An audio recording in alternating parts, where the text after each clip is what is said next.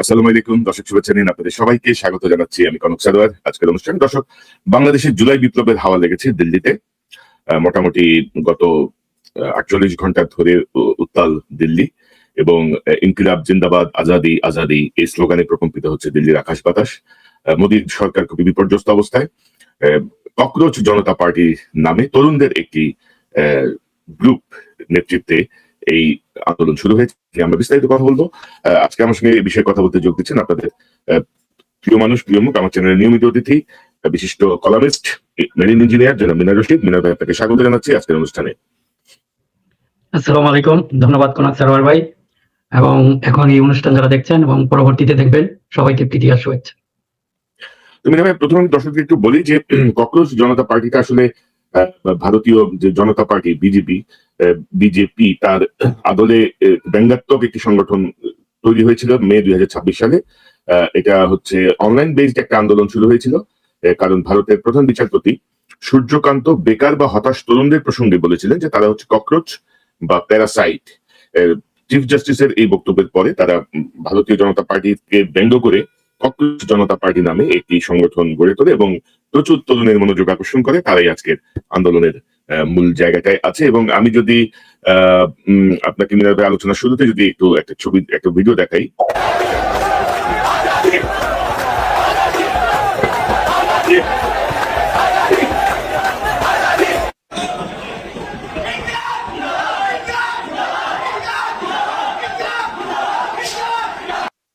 তো এই ইনকিলাব জিন্দাবাদ তো আমাদের জুলাই বিপ্লবের সময়কার মানে মূল স্লোগানই হয়ে উঠেছিল, এবং আজাদিও। তো এই দুটো স্লোগানই কিন্তু আমরা দিল্লির এই বিক্ষোভে দেখছি।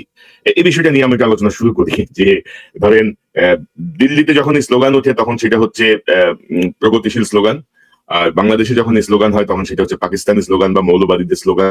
তো সব মিলিয়ে আপনার কাছ থেকে কিছু শুনি। এটা কনক ভাই, খুব ইন্টারেস্টিং একটা জিনিস আর কি, যে দেখেন এটা ইনকিলাব জিন্দাবাদ, আমাদের যে প্রগতিশীল যে এলিট শ্রেণীটা এটা মনে দিয়েছিল যে এটা জঙ্গি বা এই টাইপের মানুষের পাকিস্তানি ভাবাপন্ন একটা স্লোগান, কিন্তু এদের নলেজ এত শেলো, এরা এটা জানেও না যে এই স্লোগানটা আসলে ছিল ইন্ডিয়ার যে স্বাধীনতা আন্দোলনের সময় ইনকিলাব জিন্দাবাদ আজাদি এই শব্দগুলি ছিল। এটা হয়তো উর্দু শব্দ হতে পারে, আর উর্দু হিন্দি তো একই ধরনের প্রায় কাছাকাছি। তাদের এই নলেজটাও নাই। এটা কিন্তু চাপিয়ে দিয়েছিল আমাদের জুলাই আন্দোলনে যারা ছিল, এই যে মব বা অন্যান্য এইটাকে খাটো করার জন্য। কাজে এইগুলি সবচেয়ে ভালো লেগেছে যে এটা এখন এদের গোচরে এসেছে, এদের যে আসলে একটা হলোনেস আছে চিন্তার ক্ষেত্রে সেটা তুলে ধরেছে। এটা হলো প্রথম কথা। আর দ্বিতীয়ত, ইটস ভারতের জন্য আসলে কিছু শাস্তি, ন্যাচারাল শাস্তি মনে হয় ডিউ হয়ে আছে। এই যে আপনার মিলিয়ন্স অফ পিপল, এটা তো মানে কোটি কোটি মানুষ আত্মা, এদেরকে মানে পদদলিত করে রাখা, এটা তো আজকের জন্য হয় না, এখন পর্যন্ত আপনার বিভিন্ন ভাবে আছে। মুসলমানদের তো এরা মানুষ বলেই গণ্য করে না, এবং তাদের যে নিজস্ব যে হিন্দু ধর্ম যারা নিচু শ্রেণীর, এদেরকেও তারা এক ধরনের, এই যে মনে করেন বিচারপতি সাহেব বলে ফেললেন, এটা এক ধরনের তুচ্ছার্থে, এবং ওইটাকে এরা ক্যাচ করে নিয়েছে। এবং এই যে এই ক্ষোভের সাথে ইতিমধ্যে যে একটা কি বলবো ঘনায়িত ক্ষোভ যে এটা ছিল সমাজের রন্ধ্রে রন্ধ্রে, সেটারই একটা বিস্ফোরণ ঘটেছে। কিন্তু এখনো হয়তো জানি না, হয়তো এটা এই বিস্ফোরণের ফলাফল কি হতে পারে, কোন দিকে টার্ন নিবে, এখনো আমাদের দেখতে হবে। তবে আন্দোলন সব মানে মোটামুটি বেশ ভালো পর্যায়ে আছে। আমি গতকাল দিল্লির পরে কলকাতায়ও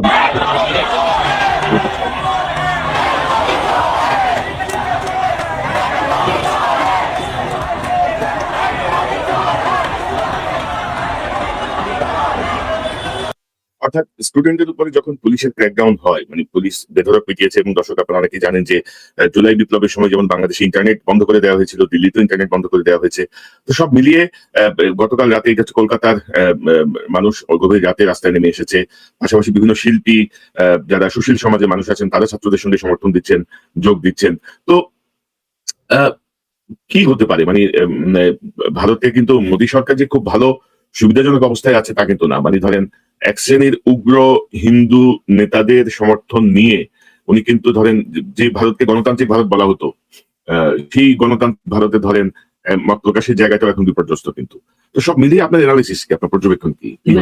এটা যে আসলে বিস্ফোরণটা হওয়ার সম্ভাবনা এই কারণেই রয়েছে, যেটা বললেন, হয়তো ধরেন মুসলিম আমি যদি ধরি প্রায় 30 কোটি বা আরো বেশি আছে, মুসলমানের সংখ্যাটা কমিয়ে দেখায়। এখানে প্রত্যেকটা মানুষই কিন্তু এক ধরনের চাপের বা এর মধ্যে আছে। এখন এদের একটা গ্রুপ আসলে খুব বেশি মানুষ দরকার পড়ে না সমাজের। হয়তো আপনার যদি কয়েক পার্সেন্ট মানুষ ঠিকভাবে রাস্তায় নেমে যায়, তাহলে যে কোনো বিপ্লব সফল হয়ে যায়। এটা মনে হয় 6% বা এরকম, এরা কিন্তু অ্যাক্টিভ থাকে। কিন্তু এরকম কিন্তু এতটুকু ক্ষুদ্র মানুষ কিন্তু ইন্ডিয়ার সমাজে আপনার রয়েছে। মুসলিম আছে, তারপরে অন্যান্য যে বিরোধী দলগুলি আছে, কিন্তু তারপরে হয়তো তাদের তো দীর্ঘ ধরেন একটা যেটা ডেমোক্রেটিক সিস্টেম, এটা একেবারে ধ্বংস হয় নাই, এখন কিছুটা রয়ে গেছে। তাছাড়া বাংলাদেশের কাছ থেকেও তারা হয়তো কিছুটা শিক্ষা নিবে, যে ক্র্যাকডাউন যদি আর বেশি করে ফেলে কোন পর্যায়ে চলে যেতে পারে। সম্ভবত ওই অবস্থায় যাবে না, এরা পলিটিক্যাল সেটেলমেন্টে চলে আসবে তাড়াতাড়ি। ওরা কিন্তু ওই একটা সুবিধাজনক অবস্থায় আছে যে বিপ্লব বা ওইটা হওয়ার আগেই সম্ভবত যে ইন্ডিয়ান ডেমোক্রেসি, এটা তো দীর্ঘ সময়ের ওদের একটা চর্চিত ডেমোক্রেটিক সিস্টেম, এটাই হয়তো কাজ করবে আমার কাছে মনে হয়। যদি এটা অনেকটা সেফটি নেট বা সেফটি বাল্ব হিসেবে কাজ করবে, এক সময় হয়তো সেটা ব্লো করে যাবে, তো বিস্ফোরণ হয় না। সেফটি বাল্বের কাজই হলো নিয়ন্ত্রিত ভাবে এটাকে একটা ওই প্রেশারটাকে রিলিজ করে দেওয়া, সম্ভবত ওটাই কাজ করবে। ইন্ডিয়ার সমাজ ব্যবস্থা, ওদের গণতান্ত্রিক ব্যবস্থা বিজেপি প্রচুর ক্ষতি করেছে। আমার মনে হচ্ছে যে এখনো যদি হুঁশ থাকে, ভালো ভালো হয়তো ব্যাক করতে পারবে, এখন একটা সুযোগ রয়েছে। আর যদি হয়তো গণতান্ত্রিক ব্যবস্থা এটাকে যদি আরো বেশি চাপাচাপি করে, তখনই হয়তো বিস্ফোরণ হতে পারে। যেটা নির্ভর করে শাসক শ্রেণী এটাকে কিভাবে ট্রিট করেন বা কিভাবে ডিল করেন বিষয়টাকে। তবে তবে আমি যদি আপনাকে একটু বলি যে আমি দেখছি যে ঘটনা যেদিকে যাচ্ছে আর কি, ধরেন আমি গতকাল আজকে সরকারি নিউজ দেখছিলাম, এটা পুরো নিউজ, বিক্ষোভের রণক্ষেত্র দিল্লি, এবার বন্ধ হলো ইন্টারনেট, এটা আমাদের, এবং তারা বলছে shutdown fascism, not the internet, মানে ইন্টারনেট বন্ধ করো না, ফ্যাসিজম বন্ধ করো, ফ্যাসিজম বিদায় হও। তো মানে বাংলাদেশের আদলেই আসলে সবকিছু হচ্ছে, অগ্রসর হচ্ছে সেই দিকে। আমার মনে হয় যে একটা ওই যে জিনিসটা বললাম যে একটা ন্যাচারাল পানিশমেন্ট ডিউ হয়ে আছে, ওরা মানুষের উপর এত অত্যাচার করেছে যে এটা মনে হচ্ছে, আমি জানি না কোনো ওরা করতে পারবে কিনা, কিন্তু ওদের টোটাল আপনার যে গভর্নমেন্ট বা স্টেট মেকানিজম বা ইনস্টিটিউশন গুলি যে রয়েছে, আমি বলি যে ওইটা এখনো বোধহয় এতটুকু ধ্বংস হয় নাই, যারা হয়তো রিকভার করতে পারে, এটা আমার একটা ধারণা আর কি। মিনা ভাই ধরেন এই যে আমি যদি দেখাই যে গতকাল কিন্তু মোদীর বাসভবনের সামনে রণক্ষেত্র, প্রিয়াঙ্কা অখিলেশ আটক, রক্তাক্ত রাহুল গান্ধী, এবং আমি যদি ছবিটা দেখাই যে রাহুল গান্ধীকে তারা অজ্ঞাত স্থানে নিয়ে গেছে গ্রেপ্তার করে। তো তার মানে এটা কিন্তু ধরেন খুব ম্যাচিউরলি যে হ্যান্ডেল করা হচ্ছে তাও না কিন্তু, মানে রাহুল গান্ধীর দুটো ছবি আমি পত্রিকায় পেলাম, যে তাকে কিভাবে, মানে সে আহত রাহুল গান্ধী এবং তাকে এভাবে নিয়ে যাওয়া হয়েছে, এবং তার পার্টি মেম্বাররা বলছে যে কোথায় নিয়ে গেছে তারা এখনো ট্রেস করতে পারেনি। তো আমার মনে হয় যে একই পথে হাঁটবার আমাদেরটা আছে না, আমাদেরটা আছেই। তারপরে আপনার তার পরামর্শ হয়তো নিচ্ছে, এখন তার রাস্তা হয়তো অনুসরণ করছে। কি মনে করেন আপনি? না, ওইটাও আছে, আপনি যেটা বললেন ফ্যাসিজম, হিন্দুত্ববাদের সাথে তো ফ্যাসিজমের একটা সম্পর্ক আছে, এই জন্য আর কি ওইদিকে হয়তো টার্ন করতে পারে, যদি না ওদের ওই যে সেফটি বাল্ব বা সেফটি মেকানিজম দেয়, যে স্টেটের যেগুলো আছে এগুলিকে কাজ করতে না দেয়, এটা এখনো কিন্তু ওই শর্তের। কিন্তু আমার মনে হয় যে এবার জনগণের বিজয় হোক, এটা আমাদের জন্য ভালো। শুধুমাত্র ইন্ডিয়ার লোক না, আশেপাশে যারা আছে, যেমন আমরা বাংলাদেশ, পাকিস্তান, নেপাল, প্রত্যেকটা দেশের জনগণ চাচ্ছে একটা পরিবর্তন হয়ে এই হিন্দুত্ববাদ এখান থেকে চলে যাক, এটা কিন্তু সবাই কামনা করে। এটা যদি না করে, সেটা হয়তো ইন্ডিয়া কিন্তু খন্ড খন্ড হয়ে পড়ারও একটা সম্ভাবনা আছে। আপনি যে ওইটা দেখতেছেন, এই যে আমাদের দেশে দেখবেন, আমাদের যে মিডিয়াগুলির কথা বলতে হয়, ওরা বেলুচিস্তানের প্রবলেম এত বড় না, হঠাৎ করে দেখবে যে আমাদের 71 টিভি মোজাম্মেল বাবুর গত পরশুদিন দেখলাম, সে একেবারে বেলুচিস্তানের এক লিডারকে এত হাইলাইট করছে, এবং এরা অত্যন্ত উল্লসিত। বেলুচিস্তান হয়ে গেলে, বেলুচিস্তানের সাথে ধরেন আমাদের তো এমন কোনো, পাকিস্তানের সাথে এমন কোনো আমাদের আক্রোশ নেই এখন, তাই না, যে আমরা বা পাকিস্তান আবার ভাগ হোক বা সেটা আমাদের কোনো পড়বে না, আমাদের স্বার্থে বা এমন কিছু করবে না, ভালো হবে না, খারাপ হবে না। কিন্তু ইন্ডিয়া যদি আপনি চিন্তা করেন, ইন্ডিয়া যদি এরকম খণ্ড বিখণ্ড হয়, তা আমার মনে হয় প্রতিবেশী সবাই কিন্তু খুব খুশি হবে, কারণ সে সবাইকে কিন্তু অনেক জ্বালা যন্ত্রণা করেছে। কাজেই আমাদের যেটা হয়েছে, আমরা যেটা অবজার্ভ করতেছি, এটা অবশ্যই আমরা সবচেয়ে ভালো হোক, ওদের তো পেন দিয়ে আমাদের কোনো গেইন নাই। ইন্ডিয়া ভালো হোক, ও ভালো বিহেভ করুক, একজন সুপ্রতিবেশী সুলভ আমরা যেটা চাই ওরকম ব্যবহার করুক, আমাদের কোনো আপত্তি নেই। আমরা চাওয়া হলো ওইটাই, যে ইন্ডিয়া একটা ভালো অবস্থায় আসুক, ওখানে গণতন্ত্র আসুক, ওখানে যে এই যে প্রতিবেশীকে যে ফিঙ্গারিং করে বা সারাক্ষণ আপনার করে রাখে, এগুলি বন্ধ করুক। এগুলি যদি বন্ধ করে তাহলে আমরা ভালো হবো। ইন্ডিয়া যদি ভালো থাকে, আমাদের কিন্তু সবকিছু কন্ডিশনাল, এই যে আমাদের পরে আমরা ইন্ডিয়ান বিদ্বেষী সেটা না, এটা তো আমরা করতে বাধ্য হচ্ছি। আমাদেরকে এমন ভাবে ঠেলে দিয়েছে, শুধুমাত্র বাংলাদেশকে না, আশেপাশে যে সকল সব প্রতিবেশী রয়েছেন সবারই কিন্তু একই অবস্থা। কিন্তু আমরা তো ডেফিনেটলি আমরা প্রথমে যাবো, হ্যাঁ ইন্ডিয়া ভালোভাবে এই সমস্যা থেকে উতরে আসুক, ওদের জনগণের আমরা কল্যাণ চাই, জনগণের কল্যাণ চাই, এবং ইন্ডিয়া ভালো হলে আমাদেরও ভালো, আমরা ওইটা চাই না। এবং ধরেন যে এই যে গণবিস্ফোরণ বা যেটা হচ্ছে, ধরেন হাসিনা যে স্টাইলে বাংলাদেশে 17 বছর দমন করছে, এর মধ্যে কিন্তু তার থেকে কোনো অংশে কম না কিন্তু। এবং ধরেন যেটা আমাদের প্রতিবেশী হিসেবে ভারতের যে গণতান্ত্রিক ক্যারেক্টার ছিল, আমরা চাই সেটাতে ফিরে যাক ভারত। এবং সেটা সেটা দেখা যাবে, সেটা আমাদের হবে। কোথায় বাংলাদেশ আর পাকিস্তান হচ্ছে তাদের মূল আক্রমণের জায়গা, আননেসেসারি। আপনি দেখেন হাসিনার নিয়ে কি বললো এবং হাসিনার নিয়ে তারা কিভাবে শেল্টার দিল, শুভেন্দু কিভাবে হাসিনাকে দেশে ফেরত পাঠানোর কথা বলছে। তো আমরা হাসিনার প্রসঙ্গটা নিয়ে কথা বলবো। এবং ধরেন এই আন্দোলনটা মানে গত দুদিন ধরে যেটি চলছে, এটি কিন্তু শিক্ষামন্ত্রীর পদত্যাগের দাবিতে একটি প্রশ্নপত্র ফাঁসকে কেন্দ্র করে ককরোচ জনতা পার্টির এই আন্দোলন। তো বাংলাদেশেও আসলে শিক্ষামন্ত্রীকে নিয়ে কিন্তু কদিন আগে একটা মানে পদত্যাগের দাবি উঠেছে, যদিও সেই দাবি আমি সমর্থন করি না। কিন্তু শিক্ষাটাকে ধরেন হাসিনা কিন্তু শেষ করে দিয়ে গেছে। মানে হাসিনা একেবারে যে অটো পাস, তারপরে এবং ওই সময় তো ধরেন পরীক্ষার খাতায় যেন সবাইকে পাশ করায় দেওয়া হয়, A+ যেন এত % দেওয়া হয়, এরকম একটা সুনির্দিষ্ট নির্দেশনা দিয়ে দিয়ে হাসিনা তার পপুলারিটির জায়গাটা চিন্তা করছে, যে এতগুলা ছেলে যদি আমি পাশ করায় নিয়ে আসি এরা খুশি হবে, এরকম একটা অবস্থা। তো সেই জায়গাটায় এই শিক্ষা, বাংলাদেশের এই শিক্ষামন্ত্রীর যে পদক্ষেপ, এটা অবশ্য আমিও সমালোচনা করছিলাম যে বৃষ্টির মধ্যে কেন আপনি পরীক্ষাটা কন্টিনিউ রাখবেন, মানে পুরো দেশ ডুবে আছে, ঢাকা শহর ডুবে আছে, সেখানে এখানেও দেখেন শিক্ষামন্ত্রী বলছেন যে তিনি ডিসি, এসপি বা যাদের সঙ্গে কথা বলেছেন সবাই বলছেন নো প্রবলেম, পরীক্ষা চলবে, বন্ধ হবে না। তো এখন এদের মধ্যে আগের সরকারেরও তো মানে বংশধরেরা আছে এখনো, তাই না, বিভিন্ন জায়গায়। তো আলটিমেটলি ধরেন এই যে শিক্ষার্থীদের যে ক্ষোভ, এই ক্ষোভের দায়টা কিন্তু প্রধানমন্ত্রীর উপরে পড়ছে, কিন্তু সরকারের উপরে পড়ছে। মানে শিক্ষামন্ত্রী কিন্তু এখানে সেকেন্ডারি হয়ে যাচ্ছেন কিন্তু। তো সব মিলিয়ে পরিস্থিতিটা আপনি কি মনে করেন, কিভাবে দেখেন? আচ্ছা, কনক ভাই, এখানে বাংলাদেশ ইন্ডিয়া দুটোর সাথে মিলাই দুটাকে আসলে ইন্ডিয়ার প্রেক্ষাপট এবং বাংলাদেশের প্রেক্ষাপট এটা সম্পূর্ণ ভিন্ন। আপনি কিছু কথা বলেছেন যেটা কি কারণে আসলে শিক্ষার এই মানে দুর্গতি বা দুরবস্থা সৃষ্টি হয়েছে বাংলাদেশে, আপনার এই কথা। এবং আমাদের প্রাইম মিনিস্টার উনিও কিন্তু এটা বলেছেন যে পার্শ্ববর্তী একটা দেশের সাথে দেশে দুটো জিনিসকে ওরা ধ্বংস করেছে, একটা শিক্ষা ব্যবস্থা, আমাদের স্বাস্থ্য ব্যবস্থা। এটা অত্যন্ত কি বলবো একটা জেনুইন কথা, উনি যে কথাটা বলেছেন এটা থেকে আসলে আমাদের মূল সমস্যাটা। আর আমাদের শিক্ষামন্ত্রী আপনি যদি খেয়াল করেন যে উনি কিন্তু আগেরবার শিক্ষা প্রতিমন্ত্রী ছিলেন, এমনি উনি শিক্ষাক্ষেত্রে বাংলাদেশের একটা সবচেয়ে বড় অভিশাপ। আমরা এই কথাটা কিন্তু খুব কম বলেছি। আমি জানি না বিএনপি মহলেও তাদের এই ক্রেডিটটা কেন কোনো একটা কারণে খুব ওইভাবে বলতে পারে নাই। এটা কিন্তু একটা বিরাট ক্রেডিট ছিল। আপনারা জানেন বাংলাদেশে সেই 72 থেকে যে নকল বা এটা একটা অভিশাপ, নকলের অভিশাপ এই জাতির ঘাড়ে পড়েছে। বিশেষ করে এটা শুরু করেছে সেই আওয়ামী লীগ। তখন 72 এমন হয়েছে যারা বলা হতো যে আপনার টেবিল বেঞ্চ যারা ছিল এরাও পাশ করে যাবে।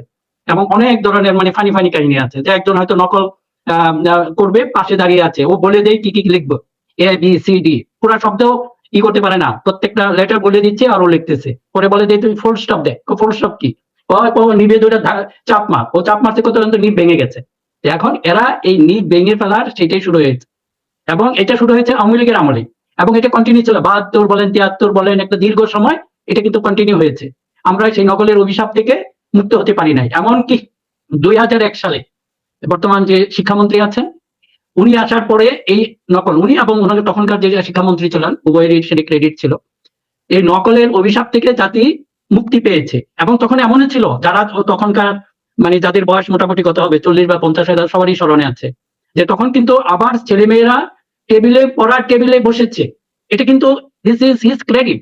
এখন এই ভদ্রলোকরে আপনারা যেভাবে, আমি একটা দেখি খুব আনফরচুনেট যেসব শব্দ তার টোন নিয়ে যেভাবে কথা বলেন, যে উনি বলছেন নকল বন্ধ করো, দ্যাট ইজ রাইট, হয়তো এক একজনের টোন এক এক রকম। এখন এটাকে যদি নকল করে, এবং আমরা সবার প্রতি আমার একটা অনুরোধ থাকবে যে আপনারা যদি এই ধরনের ট্রল বা এটা শুরু করি তাহলে কোনো সরকারি কাজ করতে পারবে না এবং কোনো মানুষ আসলে করতে পারবে না, কোনো ভালো মানুষ। এখন তো শিক্ষামন্ত্রী আপনাকে এই ক্রেডিট গুলি তো আগে ভাবতে হবে, এই লোক এই কাজটি করেছে। এখন যদি তাকে আপনারা ওয়াটারমেলন বলেন, তাকে আপনারা পরীক্ষা মিলন বলেন, এটা তো আসলে একটা জুলুম হচ্ছে। সবার প্রতি অনুরোধ, হ্যাঁ এই যে সোশ্যাল মিডিয়া, এটা তো একটা, আমরা এই ফেসিবাদে আমাদের ঘাট থেকে আমরা সরাতে সক্ষম হয়েছি এই সোশ্যাল মিডিয়ার কারণে। আবার সবাইকে অনুরোধ করব এটা যেন আমাদের আবার মরণ ফাঁদ না হয়ে পড়ে, জাস্ট আমাদের একটু কেয়ারফুল হতে হবে। আমরা অনেককে দেখেছি এখন মনে করেন ট্রল শুরু করে দিলে এই বাচ্চাদেরকে দেখা যায় যে স্কুলের বাচ্চা, ও লেখাপড়া জানে না কিন্তু সে শিখিয়ে দেয়, মানে মন্ত্রীর কি কাজ ওটা কিন্তু দেখেন বাচ্চারা অনর্গল বলে যাচ্ছে, এবং আমরা ওই জিনিসগুলি শেয়ার করতেছি বা করতেছি। সেই ছাত্রী বা ছাত্র দেখেন সেও লেখাপড়া করবে না কিন্তু সে শিখিয়ে দেয় শিক্ষামন্ত্রী কি কাজ, সে কোনটা করলো না। এটা ভাই ডেঞ্জারাস অবস্থা। কাজে আপনারা, আমি অনুরোধ করব, কারণ আমি নিজেও শিক্ষার সাথে, আপনারা হয়তো জানেন যে জীবনের প্রথমেই আমি কি বলবো 1990 থেকেই আমার জীবনের প্রথম ইনকাম দিয়ে আমি একটা স্কুল করেছি।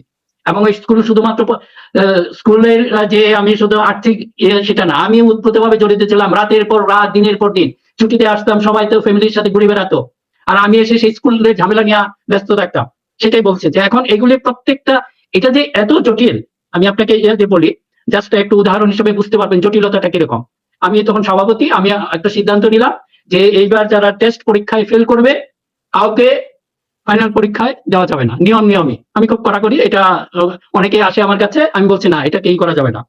আনফরচুনেটলি আমার এক কাজিন, আমার এক বাবার কাজিনের মেয়ে, সেও পরীক্ষার্থী, সেও কিন্তু ওইটাতে ফেল করেছে। তাই ও বারবার এসে বলছে, আমার আব্বাকে বলছে, আমাকে বলছে, আমি এটা ই করি নাই। তারপর আব্বাকে বলে দেখি, আব্বা খুব মন খারাপ করে ফেলছে। দেখেন সমস্যাগুলি কোন জায়গায়। আব্বা মন খারাপ করে ফেলছে, আমি যাই আমার সেই চাচার বাসায় নিয়ে গেলাম। আমি ভাবছি যে আমি একটু কনভিন্স করতে পারি, আমার চাচাকে আমি কনভিন্স করে ফেলবো, না ও ভালো করে পড়ো, আগামী বছর সে ভালো করবে। আমি ওখানে যাওয়ার পর দেখি যে আমার চাচি তো আরো কান্নাকাটি শুরু করে দিলেন। আমার চাচার ডায়াবেটিস এবং প্রেশার সমস্ত কিছু, মেয়েকে তাড়াতাড়ি বিয়ে দিবেন, এবং মেয়ে সুন্দরী, ভালো একটা পাত্র এসেছে, ওরা লেখাপড়ার চেয়ে তাড়াতাড়ি বিয়ে দিবে। এখন মনে করেন যে আমি কোথায় করবো, আব্বার দেখি মন খারাপ, দেখেন সোশ্যাল সমস্যাগুলি কি। তখন আমি বাধ্য হয়েছি না আবার এটাকে রিল্যাক্স করতে। খেয়াল করে দেখেন, আমাকে বাধ্য করেছে। কাজেই এই যে আপনি একটা কথা বলে ফেললেন, একটা শিক্ষামন্ত্রী হিসাবে, তার দেখেন আসলে কতটুকু জটিল মানে পরিস্থিতির মধ্যে দিয়ে যেতে হয়। এখন আমরা যদি অবিবেচকের মতো শুধু সমালোচনা করি, ভিতরে কিছু না বুঝি, বাংলাদেশের সোশ্যাল সমস্যাটা, আপনি যখন কোনো কাজ করতে যাবেন সমালোচনা করেন কিন্তু খুব সহজ, কিন্তু আপনি যখন কোনো কাজ করতে যাবেন না, এবং ধরেন যে মিলন ভাই ব্যাপারে যে বিষয়গুলো আসছে, যে আইন মন্ত্রণালয়, মানে মিলন ভাই বলছে আমরা তো অনেক আগে থেকেই পরিচিত আর কি, কারণ মাননীয় শিক্ষামন্ত্রী। তো ধরেন ওনার নকলের জায়গাটা ধরেন এস্টাবলিশড, উনি নকল বিরোধী একটা ভূমিকায় ছিলেন বা নকল মুক্ত হয়েছিল, সবই ঠিক আছে। কিন্তু এবারে শিক্ষা মন্ত্রণালয়ের দায়িত্ব নেওয়ার পরে, মানে ধরেন যে মাঝখানে কিন্তু ধরেন 25 বছর কিন্তু চলে গেছে মিনাল ভাই, মানে সোশ্যাল মিডিয়া 2001 সালে ছিল না এইভাবে। তো 25 বছর পরে আমাদের ইয়াং জেনারেশনের, মানে তারা যেভাবে একটা শিক্ষামন্ত্রীকে যেভাবে ট্রল করছে, পাশাপাশি আপনি যদি দেখেন যে একটা পরীক্ষার্থী সে শিক্ষামন্ত্রীর সঙ্গে টেলিফোনে কথা বলে ওই টেলিফোন কথোপকথন সে পাবলিক করে দিচ্ছে। মানে আমার মনে হয় এই জায়গাগুলো মানে চেক করা উচিত। ধরেন আজকে তো আপনার সঙ্গে কেউ একজন, মানে আপনার শুভানুধ্যায়ী হয়ে বা কোনো প্রয়োজন নিয়ে কথা বলে আপনি তার সঙ্গে আন্তরিকভাবে কথা বলছেন, সেটাকে আপনি রেকর্ড করে মার্কেটে ছেড়ে দিল, মানে আগে পরে কিছু কেটে মূল একটা বিষয় ছেড়ে দিল অথবা পুরোটাই ছেড়ে দিল। তো এটা তো ধরেন আইন বিরুদ্ধ কাজ। আমি তো আপনার কথা আপনার অনুমতি ছাড়া রেকর্ড করতে পারি না। তো সেখানে একজন পরীক্ষার্থী শিক্ষামন্ত্রীর সঙ্গে কথা বলে তার কথোপকথন সোশ্যাল মিডিয়ায় ভাইরাল করে দিচ্ছে। মানে পরিস্থিতিটা আমি জাস্ট বোঝার চেষ্টা করলাম, এবং আমি যতটুকু জানি যে এখন পর্যন্ত এটা বিরুদ্ধে আইনগত ব্যবস্থা নেওয়া উচিত অবশ্যই। এবং আমি তো দেখছি যে এখানে আবার ধরেন এক গ্রুপ, ধরেন এই যে আমি যেটা প্রথমে বলছিলাম যে ডিসিএসপি দের একটা অংশ কিন্তু এখনো মানে আওয়ামী লীগের দ্বারা পরিপুষ্ট বা ওই সেই ঘরানার মিসগাইড করেছে, আপনি বলেছেন, আমিও উল্লেখ করেছি। জি, তারা প্রথমত মিসগাইড করছে। তো তার মানে হচ্ছে যে এর মধ্যে ধরেন এই টেলিফোন কথোপকথন নিয়ে দেখলাম কি চিকেন পার্টি নাকি একটা বাংলাদেশে ককরোচ পার্টির মতো চিকেন পার্টির একটা ব্যানারে কিছু হওয়ার চেষ্টা করলো। পরের দিন দেখা গেল যে শিক্ষামন্ত্রী পদত্যাগের দাবিতে এক গ্রুপ নেমে গেল। এক গ্রুপ বললেন না সরকারকে পদত্যাগ করতে হবে। মানে দেখেন, মানে আপনি যে আওয়ামী লীগকে যে আপনি মানে অনেকে আছে না, বিএনপির মধ্যেই অনেকে আছে যে আওয়ামী লীগকে মনে করে যে না রাজনীতি করা দরকার, আছে না ইতিবাচক মহাসচিব তো পজিটিভলি। এগুলি কিন্তু একটা অ্যালার্মিং, এটা যে আপনি একটা ওয়ার্নিং বা এটা দিয়ে গেছে। আপনি যে একটা আসলে কারেক্ট কথা বলেছেন যে আমাদের এখন এই নতুন ভাবে যেটা আছে এটাকে কিভাবে ডিল করতে হবে। আমি বলবো শিক্ষামন্ত্রী মহোদয়, আপনারা যেরকম কাছের মানুষ, উনি যখন মালয়েশিয়া ছিলেন আমি খুব কাছ থেকে ওনাকে দেখেছি, প্রায় যেতাম, তখন উনি পড়া স্টুডেন্টের মতোই ছিলেন এবং হি ওয়াজ ভেরি সিরিয়াস। স্টাডির জন্য আমি যেটা বললাম, ওনার যে স্টাডির ইয়ার ভিতরে ওনার রক্তের মধ্যে আছে কিছুটা জিনিস, যেটা অনেকটা 60+ ছিল ওনার বয়স তখন, উনি যখন ডক্টরেট করলেন। উনি বসেছিলেন না, দেখেন ওনার সময়টা কাজে লেগেছেন। কাজে উনি চান, আমি যেটা বললাম শুধুমাত্র ওনাকে পরীক্ষা মিলন বলে, উনি হয়তো মনে প্রাণে চান টোটাল সামগ্রিক শিক্ষা ব্যবস্থাটাই যেন উনি একটু পরিবর্তন করতে পারেন। কিন্তু ওই যে আপনি যে কথাটা বললেন একটু সতর্ক হতে হবে। এখন যেহেতু আগে এই উপদ্রবটা ছিল না, আমরা এটাকে যদি ইউজ করতে পারি, সোশ্যাল মিডিয়া এটা একটা উপদ্রবের কারণ হয়ে গেছে। আবার এই যে যেটা বললেন যে আমাদের যে নৈতিক যে অবক্ষয়টা হয়েছে, আপনি বোধহয় ওইটা চোখে পড়েছে কিনা আপনার জানি না, একটা ভিডিওতে দেখলাম এক গার্ডিয়ান তার বাচ্চাকে কেন টিচার শাসন করছে। সে যে মহিলা টিচার, তাহলে একজন ছেলে ছিলেন সম্ভবত প্রিন্সিপাল হবেন, তাকে ডিনায়া ওই মহিলাকে অ্যাটাক করতে চায়, কেন আমার ছেলেকে আপনি করবেন। মানে চিন্তা করেন কোন জায়গায় পৌঁছে গেছে এখন এইরকম একটা জায়গায়। এবং এগুলিকে ধ্বংস করেছে এই যে আগে যারা ছিল 15টা বছর, ওরা ইচ্ছাকৃত ভাবে করেছে। কারণ আমাদের দেখেন কি কি সরাসরি আমাদের ক্ষতিটা কি, হয়তো সবাই সার্টিফিকেট পাবে, হয়তো ডাক্তার হবে, ইঞ্জিনিয়ার হবে, ইউজলেস, কোথাও কি করতে পারবে না। আমাদের সরাসরি কম্পিটিটার, আপনি বলেন এই যে বিভিন্ন বাইরে যে আপনাদের ওয়ার্ক ফোর্স গুলি যাচ্ছে, ওখানে সুপারভাইজারের সব দেখবেন ইন্ডিয়ার, আর যত ওয়ার্কার লেবার, আমরা এতেই কিন্তু খুব খুশি। আমরা কিন্তু খেয়াল করি না, আমরা যদি এই প্রত্যেকটারে একটু ভালো ইংলিশ, আমাদের মূল দুর্বলতা হলো ইংলিশে কথা বলতে পারে না আমাদের কাউন্টার পার্টের মতো। কাজে এইটাই তো একটা অ্যাডভান্টেজ দিয়েছে, 1 কোটি মানুষ আমাদের বাইরে আছে, এদের যদি $100 করে বাড়ে, যদি মনে করেন সুপারভাইজার হলো $200 $300 করে বাড়ে, আমাদের টোটাল ইনকামটা কত, সরাসরি তো আমরা ক্ষতিগ্রস্ত হচ্ছি।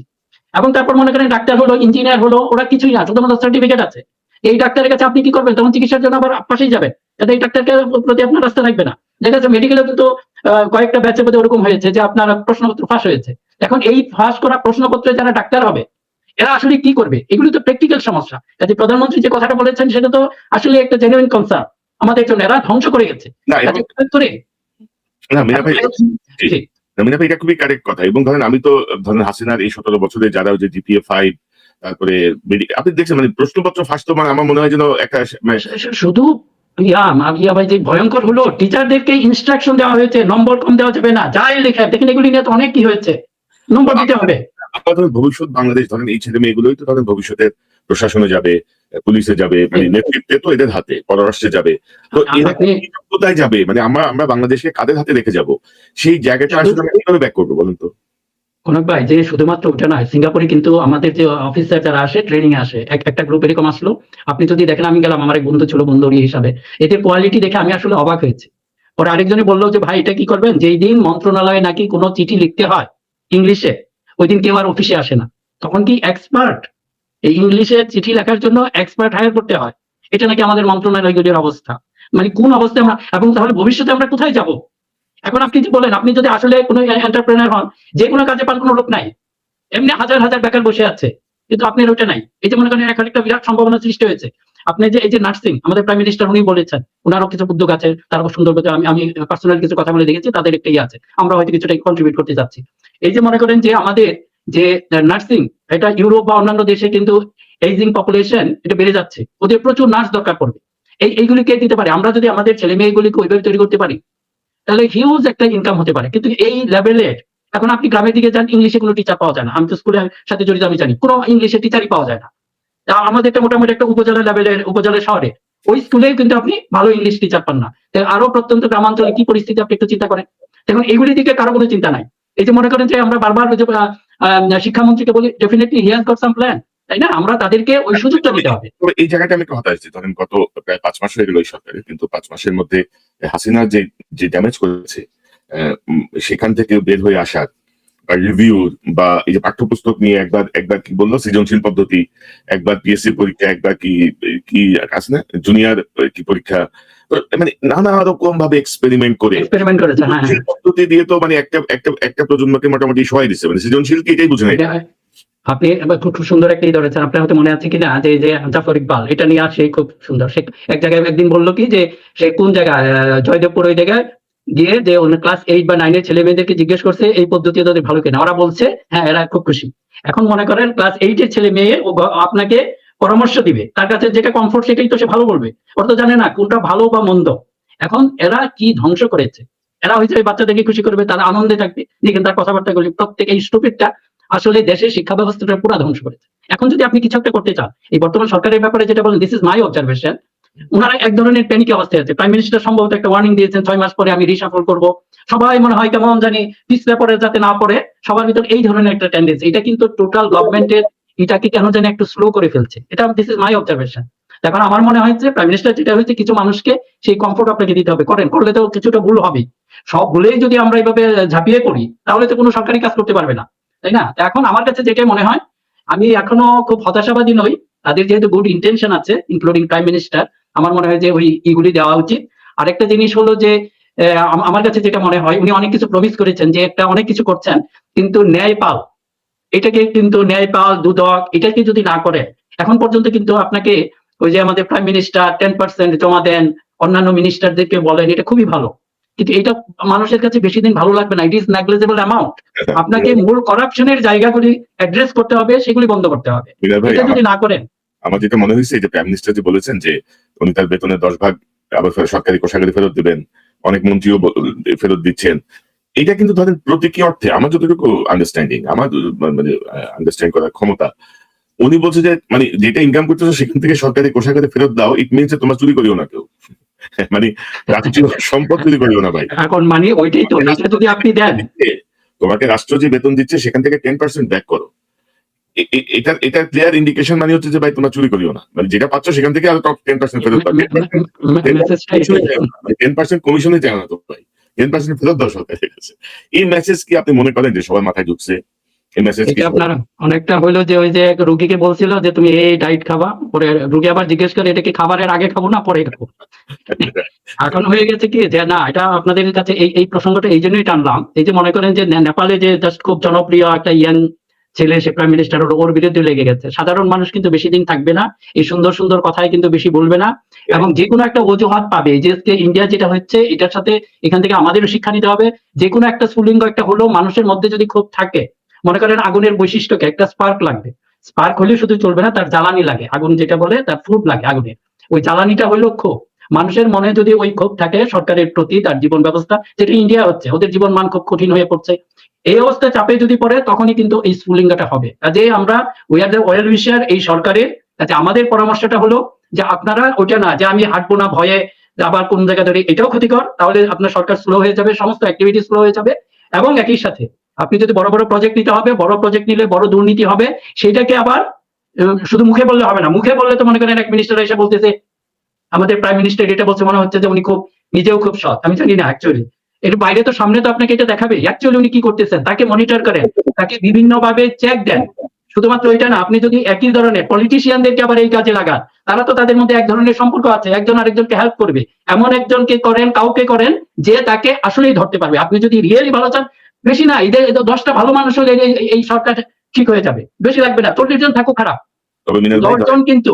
ধরেন হাসিনার অবস্থা দেখে যদি সতর্ক না হয়, ধরেন এখন প্রধানমন্ত্রী মনিটর করা বা অন্য মনিটর করার চেয়েও সবচেয়ে বড় মনিটরিং হচ্ছে সিটিজেন মনিটরিং, এবং প্রত্যেকের যে মোবাইল ফোন, প্রত্যেকের যে অবজারভেশন, এবং ধরেন আমরা এই গত 5 মাসে বিএনপির বিভিন্ন মন্ত্রী এমপি নিয়ে, এবং আনফরচুনেটলি, ভেরি আনফরচুনেটলি, বাংলাদেশের কোন মিডিয়া এখন পর্যন্ত সেই পূর্বের রাস্তায়, মানে ধরেন যে আমি যদি বলি 2014 সালের আগ পর্যন্ত, মানে 91 থেকে 2014 পর্যন্ত মিডিয়া যতটুকু অর্জন করেছিল, মানে মিডিয়ার একটা পজিশন রিগেইন করছিল, 14 থেকে হাসিনার দাসত্ব করতে করতে এই 24 পর্যন্ত মিডিয়ার যে অবস্থা, সেখান থেকে তারা কিন্তু এখনো ব্যাক করতে পারে নাই কিন্তু। এবং মানুষের বাংলাদেশের মিডিয়ার উপরে ধরেন, মানে আমরা এখনো ধরেন যে পরিমাণ ইমেল পাই, যে পরিমাণ জিনিসপত্র পাই আর কি, তো তাদের বোঝা যায় যে প্রধানমন্ত্রীর কাছে নিশ্চয়ই গোয়েন্দা সংস্থার গুলো যায়, প্রধানমন্ত্রীর কাছে নিশ্চয়ই সাধারণ তার আত্মীয় স্বজন বিভিন্ন সোর্সে খবর যায়। তো এগুলো যদি চেক না দেওয়ার জন্য ধরেন খুব বেশি মনিটরিং লাগবে না, অটো মনিটরিং হয়ে যায় কিন্তু। তো সেই জায়গাতে আমার মনে হয় যে আরেকটু সতর্ক হওয়া খুব প্রয়োজন। এবং আমি যেটা বলছিলাম যে মাননীয় শিক্ষামন্ত্রীর একটা বক্তব্য আমি দেখছিলাম কদিন আগে, ধরেন এটা কিন্তু একটা বিশাল একটা ক্রাইসিস, মানে ওয়ার্ল্ড ওয়াইড। তো তিনি বলছিলেন পিএসসির একটা প্রোগ্রামে চ্যাট জিপিটি যেন কপি মেশিন না হয় শিক্ষামন্ত্রী। তো কৃত্রিম বুদ্ধিমত্তার যুগে প্রযুক্তিকে কাজে লাগানোর আহ্বান জানিয়ে তিনি বলেছেন চ্যাট জিপিটি যেন শিক্ষার্থীদের গবেষণাপত্র নকল করার হাতিয়ারে পরিণত না হয়। তো আপনি কি মনে করেন যে এইসব সাধু কথায় এগুলো বন্ধ হবে? ধরেন আমেরিকার প্রত্যেকটা স্কুল, কলেজ, বিশ্ববিদ্যালয়ে তাদের আলাদা করে মানে কিছু সফটওয়্যার রেডি করে দেওয়া আছে, যে যেই আপনার আর্টিকেল জমা দেয় আগে ওটার ভিতর দিয়ে রান করে, ওটার মধ্যে দিয়ে যখন রান করে ওটাই মানে 1 মিনিটের মধ্যে তারা দেখতে পারে যে এটা কত পার্সেন্ট এআই থেকে আসছে, কত পার্সেন্ট সে নিজে লিখছে, কত পার্সেন্ট প্লেজারিজম আছে, অর্থাৎ অন্য কারো লেখা কপি করছে। তো এই জাতীয় একটা উদ্যোগ কি আমরা 5 মাসে আশা করতে পারতাম না, যে আমাদের কলেজ বিশ্ববিদ্যালয় শিক্ষার্থীদের জন্য, মানে শিক্ষকদের জন্য, যে শিক্ষার্থীরা যেটা জমা দেবে তারা এই পদ্ধতিতে সেটা চেক হবে? দেখি নাই কিন্তু, তাই না? মানে যে ইতিবাচক একটা দুটো স্টেপ আমি আশা করছিলাম অন্তত, যে না আপনার এই পরামর্শটা আসলে খুব জরুরি, এটা আসলে করা উচিত। চ্যাট জিপিটি যেন আমাদের টেকনোলজির সেটা নিতে হবে, কিন্তু এটা যেন আবার আমাদের পঙ্গু না বানিয়ে ফেলে। এটা কিন্তু পঙ্গু বানানোর অবস্থায় হবে, সবাই এটার উপর নির্ভরশীল হয়ে পড়বে, নিজেরা কিছুই করবে না। এটা অবশ্যই আমার মনে হয় যে আপনি যেটা বললেন এটাই আসলে শুনতে হবে। আরেকটা যে জিনিস হলো যে আমাদের পুরা শিক্ষা ব্যবস্থাটাকে, আমার কাছে মনে হয় যে আগে যে একটা অনিয়ম ছিল, আমি পার্সোনালি কিছু ইয়ার সাথেও জড়িত বিভিন্ন জায়গায়, সেটা নিয়ে আমি পুরো চেক দিচ্ছি। আমার বিভিন্ন অনেকে নাখুশ হচ্ছেন যে আমার প্রতিষ্ঠানে বা বিভিন্ন জায়গায় যারা আছেন বন্ধু বান্ধব, তারা হতাশ হয়েছেন। অনেক সময় দেখা গেছে যে আমার নিজের বন্ধু হেডমাস্টার, তার বিরুদ্ধেও আমি অ্যাকশন নিয়েছি, এবং এটাতে যে হয়তো আমি আমার ভালোর জন্যই করেছি। তারপরেও ধরেন এই ধরনের একটা ইয়ে আছে, যেরকম আমি একটা সারা দেশে, আমি শিক্ষামন্ত্রী মহোদয়কে যে জিনিসটা বলবো, একটা ইয়ে আছে, আপনার ছুটি হওয়ার কথা আপনার 4টার সময়, দেখা যায় অধিকাংশ প্রতিষ্ঠান যেটা 1:30 2টার সময় ছুটি দিয়ে দেয়। হেডমাস্টারের প্রতি খুব, এখন খুব ভালো হেডমাস্টার আগে যারা কড়াকড়ি করেছে তাদের প্রতি খুব নাখোশ, এরকম কিছু কেস আছে। আমার মনে হয় যে গ্রামাঞ্চলের প্রায় 80%, এটা হলো আমার অবজারভেশন। শিক্ষামন্ত্রী মহোদয়ের কাছে হয়তো উনি শুনবেন, আমার একটা বিশেষ অনুরোধ যে আপনি এগুলির একটা চেক দেন, এটা চেক দেন, এবং এমন কিছু মানুষকে নিয়ে আপনি কিছু পরামর্শ শুনে, অ্যাডভাইজার, আপনি তো একা না, এক চোখে আপনার হবে না, যারা এগুলি রিয়েল জেনুইন শিক্ষাবিদ বলবো বা শিক্ষানুরাগী যে একটা শব্দ আছে, অনেকেই আছে এই সমাজে, অনেকেই কন্ট্রিবিউট করতে চায়। প্রবাসীদের মধ্যেও সেই একটা ভালো একটা ইয়ে আছে। আমি নিজেও এনকারেজ করি যে আপনারাও এগিয়ে আসেন এই দেশে কন্ট্রিবিউট করা। বিশেষ করে আমাদের ভোকেশনাল ট্রেনিং যারা এই অনুষ্ঠানগুলি শুনছেন, আমার খুব কাছে দু এক ভাই আছে, তারা প্রস্তাব দিয়েছে, আমিও যথাযথ কর্তৃপক্ষকে এটা বলেছি, তারাও এটাকে পজিটিভলি নিয়েছেন। আপনারা আরো এগিয়ে আসেন, আমাদের এই দেশটাকে বাঁচাতে হবে। আর শুধুমাত্র যে যেখানে আছে এগুলির জন্য এই যে বলে আমাকে দেশের সেবা করার সুযোগ দেওয়া, আসলে কি দেশের সেবা করার সুযোগ দেওয়ার দরকার আছে? আপনি পার্টিসিপেট করেন না, অনেক জায়গা রয়েছে, তাই না? এখন বিশেষ করে আরেকটা কথা ভাই আমি একটু বলতে চাই যে ধরেন এই যে আমরা এখন কি করব, সর্বাঙ্গে ব্যথা। ইন্ডিয়াকে দেখেন, ইন্ডিয়াকে আমরা অনেক সমালোচনা করি, কিন্তু দু একটা জিনিস আছে, ওদের শিক্ষা ব্যবস্থাটাকে ওরা ক্লিন রেখেছে, ওদের স্বাস্থ্য ব্যবস্থাটাকে ক্লিন রেখেছে। এখন মনে করেন আমার অনেকগুলি ধরনের আছে, আমি কি সব জায়গায় ফেরেশতা বা 100% হয়ে যেতে পারবে না, কিন্তু এই দুইটা জায়গাকে আপনাদের প্রতি বিশেষ অনুরোধ, যারা সরকারে আছেন, যারা সিভিল সোসাইটি আছেন, বিশেষ অনুরোধ জাতিকে রক্ষার জন্য এই দুইটা সেক্টরকে বাঁচান। ওখানে তারা ভুল করবে, আপনারা এমন সমালোচনা করেন যাতে তাদের কারেকশনের সুবিধা হয়। তারা ধ্বংস হয়ে যাবে, ওটা যদি করেন তাহলে তো কাজ করতে পারবে না। জি, আপনার কথাটা শোনা যাচ্ছে না। আমাদের প্রজন্মের মানসিকতা পরিবর্তন হচ্ছে, প্রজন্ম অনেক বেশি ধরেন মানে কি বলবো, কালচারাল যে আগ্রাসন, এই আগ্রাসন কিন্তু অনেকে কাবু হয়ে যাচ্ছে। আমরা ইদানিং তাদের কথাবার্তায় দেখি বা সবকিছু মিলায়। আর কিছু বিষয় ধরেন অভিভাবকদেরকে মানে সচেতন করা, অভিভাবকদেরকে যেই নিয়ন্ত্রণটা একটা সময় আমাদের উপরে ছিল, মানে আমরা যখন এই স্কুল কলেজে পড়ে আসছি বা ইউনিভার্সিটিও পড়ছি, তখনও যে নিয়ন্ত্রণের মধ্যে ছিলাম সেই নিয়ন্ত্রণটা আমার মনে হয় এখন নাই। সেই জায়গাটায় বাবা মায়ের সচেতনতা বৃদ্ধির জন্য কাজ করা, পাশাপাশি ধরেন এই যে ধরেন যেটা আমি বলছিলাম যে ধরেন আপনি আমার সঙ্গে টেলিফোনে কথা বলে সেটা পাবলিক করে দিবেন, আপনি একজন শিক্ষামন্ত্রীকে নিয়ে আপনি অশ্লীল কথা বলবেন, মানে এটা কোনো প্রতিবাদ না, এটা হচ্ছে অশ্লীলতা। এবং আমরা এটাকে এনজয় করি, হ্যাঁ এটাকে আমরা এনজয় করি, এটাকে এনকারেজ করি।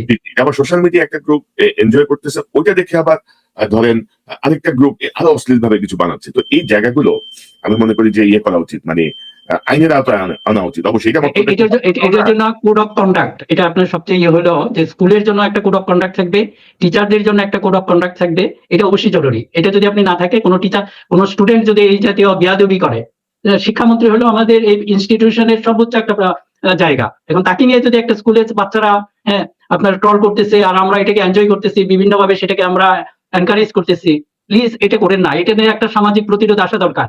আজকে শিক্ষামন্ত্রী কি করবেন, দুদিন পরে আপনার বাবা হিসাবে আপনাকেও সে সম্মান করবে না। আর যে কথাটা বলেন যে শিক্ষকদের প্রতি একটা সম্মান, এটা আমাদের অ্যাসেট। আমরা সেই কি জানি একটা সুন্দর কবিতা পড়েছিলাম যে বাদশা আলমগীর, এটা আমরা সবাই জানি। আর সেই বাদশা আলমগীর তার রাজা হয়ে, তখন সম্রাট হয়ে, তার ছেলে কেন পা দিয়ে মানে হাত দিয়ে ধুয়ে দেয় নাই, দেখেন কেমন ইচ্ছে। আমরা এতটুকু চাই না, কিন্তু শিক্ষকদের একটা সম্মান সেটুকু আমাদের এনশিওর করতে হবে। বরং আপনারা শিক্ষককে মারতে যান, আমাদের শিক্ষামন্ত্রীকে নিয়ে ট্রল হয়, আর আমরা সুন্দরভাবে বসে থাকি। মিনা ভাই ধরেন ট্রল বা ব্যঙ্গ হইতে পারে, কিন্তু আমার কথা হচ্ছে যে ব্যক্তিগতভাবে মানে অতি ইনসাল্টিং যে কন্টেন্ট গুলো আমরা দেখেছি আর কি, সেই জায়গাগুলো আমার মনে হয় যে আইনের আওতায় আনা উচিত। মানে এটা মত প্রকাশের অধিকারের মধ্যেও পড়ে না, এটা ফানের পর্যায়ে পড়ে না, এটা হচ্ছে একেবারে নোংরামির পর্যায়ে চলে যায়। এবং সেটা আমি এবং পাশাপাশি ধরেন লেখাপড়া করতে হবে, লেখাপড়া করে পাশ করতে হবে, এবং যোগ্য লোকরাই যোগ্য জায়গায় যাবে। কারণ আমরা আমাদের ভবিষ্যৎ বাংলাদেশকে এভাবে তো আমরা মানে সর্বনাশটা করেছে যে নতুন পদ্ধতি মানে ই করা। আমাদের সময় ধরেন কিছুটা জিনিস মুখস্থ ছিল, হ্যাঁ আপনার তো ইংলিশ যদি আপনি মুখস্থ করা ছাড়া অন্য কিভাবে করবেন, ওয়ার্ড আপনাকে মুখস্থ করতে হবে, অনেক ফর্মুলা আপনাকে মুখস্থ করতে হবে। এরকম সিঙ্গাপুরের মতো জায়গাও কিন্তু এটা অনেক কিছু রয়ে গেছে এরকম, এবং তারা শিক্ষা ক্ষেত্রে কিন্তু অনেক এগিয়ে আছে। আমাদের সিঙ্গাপুর যদি দেখি, এটা কিন্তু শিক্ষা ব্যবস্থা অনেকটা আমাদের আগের মতো। ওদের প্রাইমারি স্কুলে লিভিং একটা এক্সাম হয়, ওখানে ওই যে বোর্ড স্ট্যান্ড করার মতো ওরকম একটা ই থাকে, নাম্বারিং থাকে, এবং বাচ্চাদের যে বাচ্চার বাবা মারা খুব বেশি সিরিয়াস। সবাই যদি দেখেন এক ধরনের ওই যে আমরা যে অবস্থায় ছিলাম, আমি সেটা এখানে কিছুটা দেখি। আর আমরা হঠাৎ করে এসে এক্সপেরিমেন্টের জন্য এগুলি পরিবর্তন করে ফেললাম, এবং দেখা যাচ্ছে যে এদিকে আসলে হয়েছে যে কোনো ইমপ্রুভ হয়েছে। আপনারা ফলাফলটা দেখেন, আসলে এটা হয় না, বরং শিক্ষা ব্যবস্থাটা আসলেই ধ্বংস করে গেছে। বিশেষ একটা মিনা ভাই, আমরা একটু আবার আগের প্রশ্নে যে আমরা নিবিড়ভাবে পর্যবেক্ষণ করছি ভারতে কি হয়। তবে ইন্টারেস্টিং হচ্ছে ভারতের এই বিক্ষোভের সাথে বাংলাদেশের অনেকেও দেখলাম বেশ মানে উজ্জীবিত হয়ে উঠেছেন আর কি। আমি কালকে ভারতের একটা টেলিভিশন চ্যানেলের অনলাইন পেজে কয়েকটা কমেন্টস দেখলাম বাংলাদেশিদের। একটা আমি যদি কমেন্টসটা দেখে, একজন লিখছে যে কোথাও হেলিকপ্টারের সাউন্ড পেলে মনে করবেন দুলাভাই আইছে। ইঙ্গিত করছে যে মোদি হয় হাসিনা পালায় ইন্ডিয়া গেছে, মোদি হয়তো পালায় এদিকে আসবে। একজন লিখছে ধরেছো শক্ত হাতে ধরো, কোনো ছাড় নয়, ছেড়ে দিলেই বিপদ, বিদায় ঘন্টা বাজিয়ে ছাড়তে হবে। একজন লিখছে মোদি হটায় দেশ বাঁচায়। একজন লিখছে আহারে হাসুর জন্য মায়া হচ্ছে, বেচারি কোথায় যাবে। তো ধরেন মানে মানুষের এই পর্যবেক্ষণের জায়গাগুলো আমি খুবই উপভোগ করি। মানুষ কিন্তু সাধারণ মানুষ তাদের যেই উইট করার যে ক্ষমতা বা তাদের যে পর্যবেক্ষণ বা তাদের যে জায়গাটা, তো সেই জায়গাটায় আমরা অনুষ্ঠান শেষ করব। আম আমরা আরেকটা প্রসঙ্গে যাবো ভাবছিলাম হাসিনার ফেরা না ফেরা নিয়ে আমরা পরে অন্য সময় কথা বলবো। এখন আর না ৪৫ মিনিট কথা বলছি আমরা। আমরা শুধু বলতে চাচ্ছি যে ধরেন এই জনগণের যে উইল, জনগণের যে অংশগ্রহণ, এখন আপনি জুলাই বিপ্লব বলেন, জুলাই গণঅভ্যুত্থান বলেন বা কিছুই হয় নাই বলেন, যাই বলেন, ঘটনা কি ঘটছে পুরা পৃথিবীর মানুষ জানে, তাই না? এবং না ফ্যাসিজম এর অবসান হয়েছে। এরপরে যদি আপনারা এখন যদি এসে এই সরকার যদি আহ, ধরেন গণভোটকে অবৈধ বলবে, গণভোট হচ্ছে অবৈধ, ন্যাশনাল নির্বাচন হচ্ছে বৈধ, মানে একই মায়ের পেটে দুই সন্তান, একটা বৈধ একটা অবৈধ, তো এইসব যদি তরং বরং শুরু করে, মানে বাংলাদেশে ওই যে ককরোচ পার্টি বলেন আর এই জুলাই বিপ্লবের যারা অংশগ্রহণ করেছিল তারা কিন্তু সবাই সজাগ কিন্তু। আর জুলাই বিপ্লব স্পেসিফিক কোনো ছাত্রদল, ছাত্র শিবির বা এনসিপি বা এরকম সুনির্দিষ্ট নেতৃত্ব হয় নাই, কিন্তু এটা সাধারণ মানুষের পার্টিসিপেশন। একেবারে আম জনতা, মানে যারা রিক্সা চালক থেকে শুরু করে গৃহিণী, ফল বিক্রেতা, ডিম বিক্রেতা সব এখানে অংশ নিয়েছিল, দিনমজুর, তাই না? তো সেই জায়গাটায় থাকে। জি হ্যাঁ, কনক ভাই, যেটা আমি একটু বলতে চাচ্ছি যে আমি পুরোদমে যেটা হয়েছে যে ওনাদেরকে একটা সুযোগ দিতে চাই যে দলগুলি আছে ওনাদের মধ্যে এই বিষয়টা নিয়ে, কিন্তু যতটুকু জানি যে সরকারও কিন্তু পুরোদমে সেটা অস্বীকার করছে না, যেটা কিভাবে তাদের হয়তো অন্য মেকানিজম তাদের একটা থাকবে। এই জন্য যে অনুরোধটা থাকবে আপনারা বসে এটা একটা সমাধান করুন। এখন আমরা আর এফোর্ড করতে পারবো না, অন্য কোনো বিপ্লব বলেন এটা জাতি এফোর্ড করতে পারবে না। এবং একই সাথে যে কথাটা, যে সন্দেহটা যে আমাদের আছে হাসিনা আবার ফিরে আসবে, এই জন্যই আসতে পারবে না, আমি অল্প কথাই বলে রাখি যে আসলে দেখেন ফ্যাসিজম সারা পৃথিবী থেকে সরে যাবে, যে অবস্থা শুরু হয়ে গেছে, যে জনগণের যে জাগরণ শুরু হয়ে গেছে পৃথিবীর সব জায়গায়, ওই বুথ থেকেই কিন্তু আমরাও এটাকে সমর্থন করি, সর্বান্তকরণে সমর্থন করি ইন্ডিয়াটা। শেখ হাসিনা আসবে কিভাবে? সে যেখানে গিয়েছে ওখানেই তো শেখ হাসিনার যে ফ্যাসিজম এটার বিদায় নিতে বাধ্য হবে। আজকে এই বাংলাদেশে হাসিনা আসার আসলেই কোনো সম্ভাবনা নাই। ওই বাকিরা যারা, আর হাসিনা এমন সাহসী না যে সে ১৪০০ মানুষ হত্যা হয়েছে এটাকে কিন্তু জাতিসংঘের রিপোর্টে আছে, এটা একটা গণহত্যা। এই গণহত্যার একটা সে অলরেডি কোর্ট থেকে একটা রায় হয়ে গেছে, এই রায় মাথায় নিয়ে আসার মতো সৎ সাহস হাসিনা এবং তার খানদানের নেই, অতীতে সেটা প্রমাণ হয়েছে। কাজে এটা নিয়ে মনে হয় আমরা পরবর্তী সময় আরো কথা বলতে পারবো। শুধু এইটুকু আশ্বস্ত করতে চাই, এইদিকে না করে সরকারের যেটা হয়েছে আপনারা কিছু কাজ করেন, যেরকম আমি যে তারেক রহমান, ডক্টর শফিকুর রহমান সবাইকে বলবো আপনাদের সামনে কিন্তু একটা স্টেটমেন্টস হওয়ার, আপনারা পলিটিশিয়ান হতে পারেন, যে কেউ হতে পারে রাজনীতিবিদ, মনে করেন এখন আওয়ামী লীগকে নিয়ে আসলে কি করবেন অনেকে, যেটা একটা বিরাট বড় প্রশ্ন। এখন রিকনসিলিয়েশন করতে হলে আমার যে পরামর্শটা হলো আপনারা সবাই মিলে সেখানে প্রধানমন্ত্রী, তারপরে জামাত এবং এনসিপি সবাই মিলে আপনারা একটা রিকনসিলিয়েশনের অবশ্যই ব্যবস্থা করতে হবে। এটার বিচার হইতে হবে, যারা সরাসরি এটার ক্রিমিনাল ওদেরকে বিচার করতে হবে, এবং সাধারণ যারা আছে তাদেরকে কিন্তু একটা কমফোর্ট জোনে নিয়ে আসতে হবে। এদেরকে ডিসকমফোর্ট বা এই জায়গায় রাখলে সেটাও কিন্তু একটা এই সমাজের জন্য একটা স্বাস্থ্যকর অবস্থা না। আজকে এই কাজটা যদি মনে করেন আমি ঠিক আছে, আমি জামাত মনে করলো আরে আমি একা একা আওয়ামী লীগের গুলি নিয়ে আসি, সরকারও একইভাবে মনে করলো, এনসিপি মনে করলো, প্লিজ ফর গড সেক আপনারা ইন্ডিভিজুয়াল না করে সম্মিলিতভাবে একটা সিদ্ধান্ত নেন, তারপর যার ইচ্ছা ওখানে যাবে। এবং ওইটাকেই ফেসিবাদকে মোকাবেলার জন্য, এই হাসিনার মতো আর কোনো ফেসিবাদ যেন না আসতে পারে সেটাকে প্রোটেক্ট করার জন্য এটাই একমাত্র উপায়, সেটা হলো সম্মিলিতভাবে আপনাদের একটা সিদ্ধান্ত নিতে হবে। আপনারা যদি ইন্ডিভিজুয়াল নিতে পারেন then you will be just like a politician, আর আপনারা সম্মিলিতভাবে নেন, জাতি আপনাদেরকে স্টেটসম্যান হিসাবে, এবং এনসিপি যারা আছেন তাদেরকেও কিন্তু ওই লিডারকেও স্মরণ করবে, then you have done something great for the nation. আর মিনার ভাই ধরেন যেটা আমরা বলছিলাম যে ধরেন জুলাই বিপ্লব, গণভোট, সংবিধান সংশোধন, রাষ্ট্র সংস্কার, এগুলো ধরেন পলিটিক্যালি ধরেন এটাকে ব্যবহার করার মতো কোনো এজেন্ডা না আসলে। মানে আমি এটা নিয়ে দর কষাকষি করবো, এটা নিয়ে এই করবো, ওটা নিয়ে এই করবো, আজকে আমি এই কথা বলবো, জামাত এই কথা বলবে, এনসিপি এই কথা বলবে। No, this is not that, মানে পলিটিক্যাল আর কি টুল। এটা এটা একটা স্বীকৃত একটা অবস্থান। আপনার পলিটিক্যাল টুল হচ্ছে আপনার ইন্ডিয়ার সাথে আপনার রিলেশনশিপ কি হবে, আপনি কি বলবো এটাকে, যে সেভেন সিস্টার্স নিয়ে আপনার পলিসি কি হবে, আপনি বর্ডার পলিসি কি হবে, আপনি পাকিস্তানের সঙ্গে কতটুকু যাবেন, আপনি চীনের সঙ্গে কতটুকু যাবেন, that will be the political agenda, that will be the political issues. মানে জুলাই বিপ্লবকে নিয়ে গণভোট মানি না, এটা মানি, ওইটা করবো না, এটা করবো নো, এইসব করে এই সরকারের যারা এগুলো করার চেষ্টা করছে তারা আসলে এই সরকারকে ক্ষতিগ্রস্ত করার চেষ্টা করছে। একদিকে আমরা বলবো যে জুলাই সনদের প্রতিটা কি বলবো সব মানা হবে, মানে বিএনপি বলছে যে তারা যে যতটুকু নোট অফ ডিসেন্ট দেয় নাই তারা সেটা মানবে। তো আমার মনে হয় যে এই জায়গাগুলো নিয়ে যদি বেশি খোঁচাখুচি হয়, পরাজিত শক্তি ফিরে আসবে। পরাজিত শক্তি ফিরে আসলে এই যে শিক্ষামন্ত্রীর ছোট্ট একটা ঘটনাকে নিয়ে, যে শিক্ষামন্ত্রীর পদত্যাগ এবং সরকারের পদত্যাগের আন্দোলন, এটার মধ্যে যেভাবে ছাত্রলীগ যুবলীগ ঢুকছে সেভাবেই তারা বিভিন্ন জায়গায় আবার ঢুকবে। আপনার শেষ মন্তব্য। হ্যাঁ জি, করণ ভাই আপনার সাথে ফুলি অ্যাগ্রিড। আমারও ওই রিকোয়েস্টটা, আমি আর কি এখনো একটা নিউট্রাল বা পজিশন থেকে কোনো একটা পক্ষকে না নিয়ে, সরকারের হয়তো কিছু লিমিটেশন থাকতে পারে, নোট অফ ডিসেন্ট তাদের ছিল, এবং এগুলিও হয়তো যে কোনো তাদের মানে একটা পলিটিক্যাল পার্টির একটা থাকতে পারে। এখন জানেন জামাত একটা পলিটিক্যাল পার্টি, দে আর মোর ডিসিপ্লিন, কিন্তু সেই কাজটা হয়তো বিএনপির পক্ষে সম্ভব না, কাজে তাদের একটা লিমিটেশন থাকতে পারে। This is my thinking. এখন মনে করেন এই লিমিটেশনটাকে অন্যরাও একটু দরদের সাথেই দেখতে হবে। এখন আপনারা যদি সেই ইস্যুটা বাইরে চলে আসে, আপনারা নিজেরা কথা বলেন যে নোট অফ ডিসেন্ট কিসের জন্য দিতে, এটা যে নতুন করে হয়েছে বিএনপি সেটা বলে না, এটা কিন্তু আগে থেকেই বলছে নোট অফ ডিসেন্ট দেওয়া ছিল। কাজেও তাদের কিছু আপত্তি ছিল, ওখানে তাদের কিছু লিমিটেশন আছে, তাদের জন্য কিছুটা বেকায়দাজনক অবস্থাও থাকতে পারে, এবং ওইটাকে একজন আরেকজনকে দেখেন, আমার মনে হচ্ছে ওইটাই। কিন্তু হোল আউটকামটা যদি বাইরে এইভাবে চলে আসে, তাতে কিন্তু বেনিফিটেড হবে সেই ফেস্টিভাল। আমরা যেন এই সুযোগটা না দিই।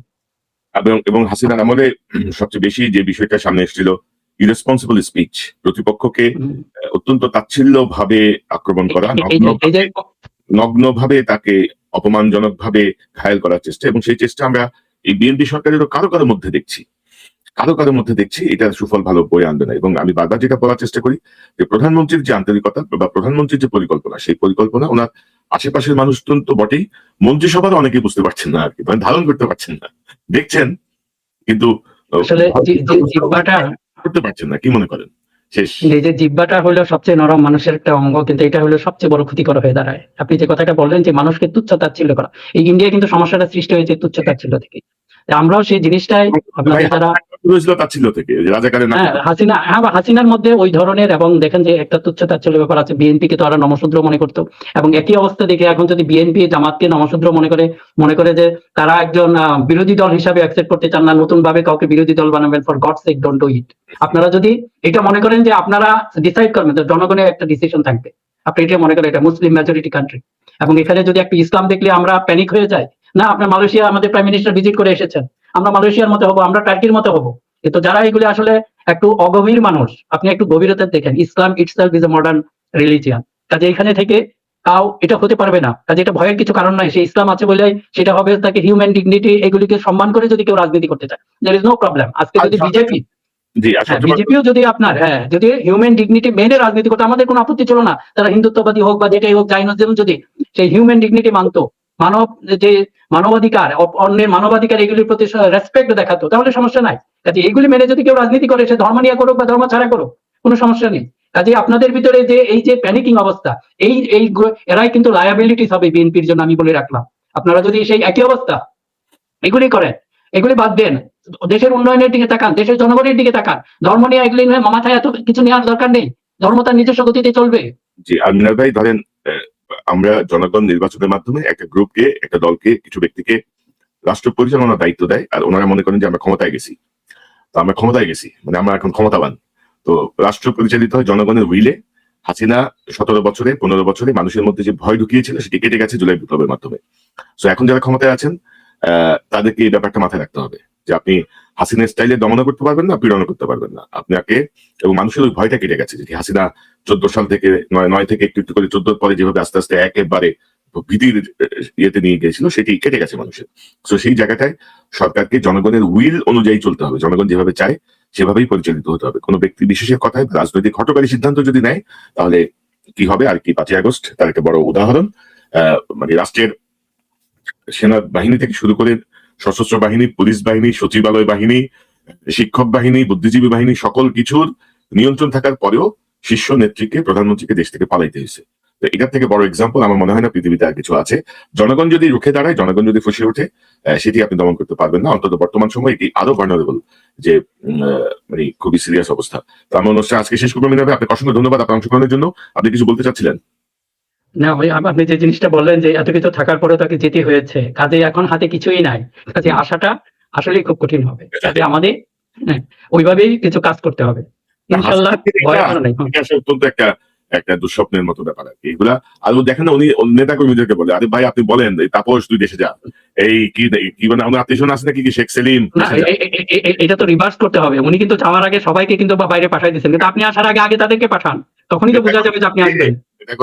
আত্মীয়-স্বজন আত্মীয় স্বজন, আসলে এটা আপনি গুড পয়েন্ট একটা ধরেছেন। নেতাকর্মীদেরকে অনেক বিপদে ফেলছেন, আসলায়েন না, ওদেরকে আনেন, বংশধরদেরকে আনেন আগে। তো মিনা ভাই, আমরা পরবর্তী সময় নিশ্চয়ই আবার কথা বলবো। ভালো থাকেন, আবার দেখা হবে ভাই। আসসালামু আলাইকুম। দর্শক এখন যে অনুষ্ঠান শুনলেন নিশ্চয়ই আপনি আলোচনা মর্মার্থ উপলব্ধি করতে সক্ষম হবেন। দিল্লির আকাশে বাতাসে ইনকিলাব জিন্দাবাদ, বিপর্যস্ত মোদী সরকার এবং ক্রমাগত আন্দোলনের তীব্রতা বাড়ছে। ইতিমধ্যে বিরোধী দলীয় নেতা রাহুল গান্ধীকে আটক করা হয়েছে, রক্তাক্ত করা হয়েছে, প্রিয়াঙ্কা গান্ধীকেও আটক করা হয়েছে এমন খবর পেয়েছি। ইন্টারনেট বন্ধ করে দেওয়া হয়েছে। তো অনেকে আশা করছেন যে হয়তো এই মোদী স্বৈরাচারের পতন হয়তো হবে। যে ফ্যাসিস্ট রেজিম তারা বলছে যে ইন্টারনেট বন্ধ না, ফ্যাসিজম বন্ধ করো। তারা